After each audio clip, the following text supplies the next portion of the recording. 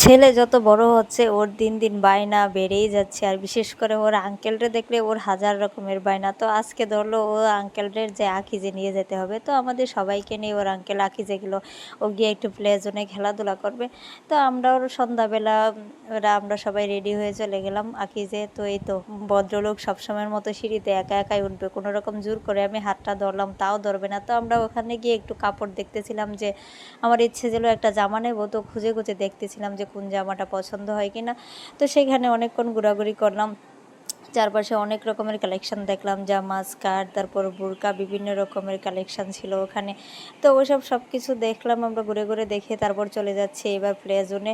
তো ওখানে গিয়ে ময়নার আন্টি আঙ্কেল টিকিট নিচ্ছে, আর আমি এই পাশে বসে সব বাইরে আবার জুতা রেখে যেতে হয়, তো আমি ওখান থেকে জুতা খুলে এবার আমরা সবাই মিলে ভিতরে এন্ট্রি নিয়ে নিলাম। আর ভিতরে এত সুন্দর, চারপাশে বাচ্চাদের এত রকমের রাইড, সব কিছু দেখলেই ভীষণ ভালো লাগে।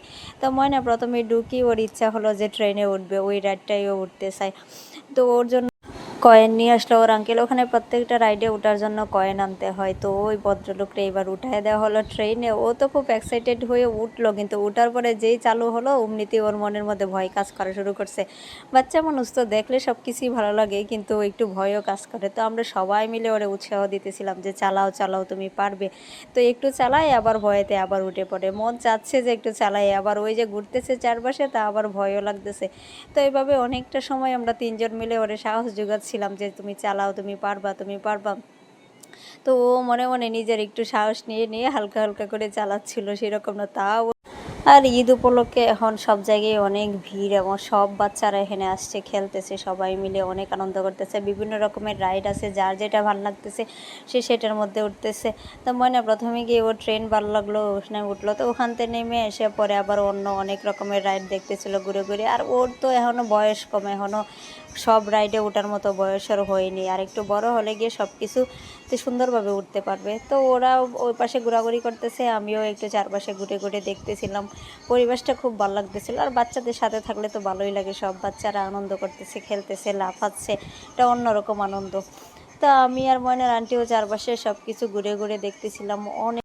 আর ময়না ওর আঙ্কেলের কুলে থেকে থেকে সব কিছু দেখা চেয়েছিল যে আঙ্কেল আমি এটাতে উঠতে চাই, ওটাতে উঠতে চাই, আমার এটা লাগবে। ওর থেকে ওজন বেশি, বন্দুক ওটা ও নেবে, ওটাতে গুলি করবে। কিন্তু তো ওই বয়স এখনও ওর হয়নি, আরও 4-5 বছর পরে গিয়ে যদি খেলতে পারে। তো আমিও ওর সাথে কথা বলতেছিলাম গিয়ে যে তুমি আর কি করতে চাও, কোনটা করলে তোমার ভালো লাগবে।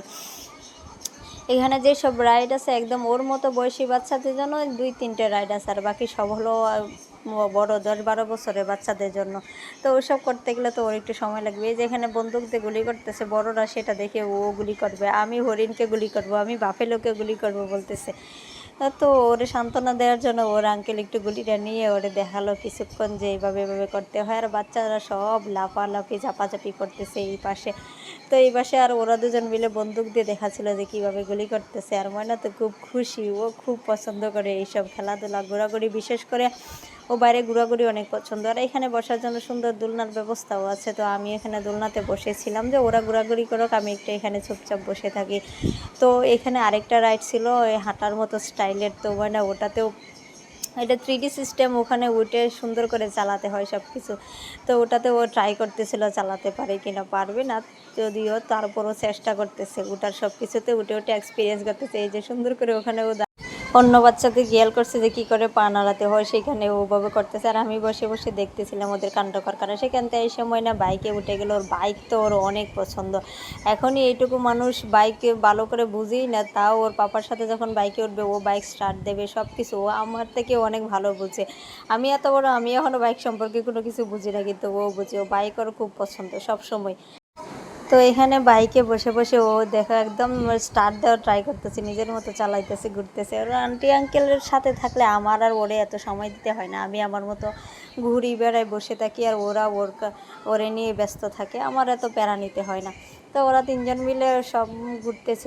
আমি এখানে চুপচাপ দোলনায় বসে বসে আমার মতো করে ফোন দেখতেছিলাম, বসেছিলাম। কারণ আমার মনে নিয়ে এত চিন্তা করতে হয় না। ওরা দুজন মিলে ওরে নিয়ে ঘুরতেছে, দেখাইতেছে ও কী করতে চায় কি না চায়। সবই ওর আঙ্কেলের সাথে ঘুরতেছে। তো সব কিছু করার পরে এখন আমাদের বাড়ি যাওয়ার পালা। অনেকক্ষণ ঘোরাঘুরি করলাম। তো এখন আমরা নিচে নেমে যাচ্ছি। এবার বাড়ি যাব। প্রায় রাত্রে 10টা বাজে যাইতেছে আস্তে আস্তে। আমরা অনেকক্ষণ ওখানে ঘোরাঘুরি করলাম, আড্ডা দিলাম। ময়নাও খুব আনন্দ করলো আজকে। তো ওখান থেকে আমরা এখন নিচে গিয়ে কিছু খাওয়া দাওয়া করবো, সেই জন্য আমরা যাচ্ছিলাম। আর সব মিলে খুব ভালোই লাগলো আজকের দিনটা। ময়নাও খুব আনন্দ করছে। ও তো এখনও বলে আমি আবার আকিজ যেতে চাই। ওখান থেকে এসে আমরা এক দোকানে গেলাম, ওখান থেকে ডাবের পুডিং নিলাম, তারপরে ফুচকা নিলাম, ঝালমুড়ি নিলাম। আর ঝালমুড়িটা খুব সুন্দর ছিল, একদম চুই ঝাল আস্ত রসুন দিয়ে সুন্দর করে বানানো। তো ওখান থেকে সব কিছু আমরা খাওয়া দাওয়া করে তারপরে বাড়ি চলে আসলাম।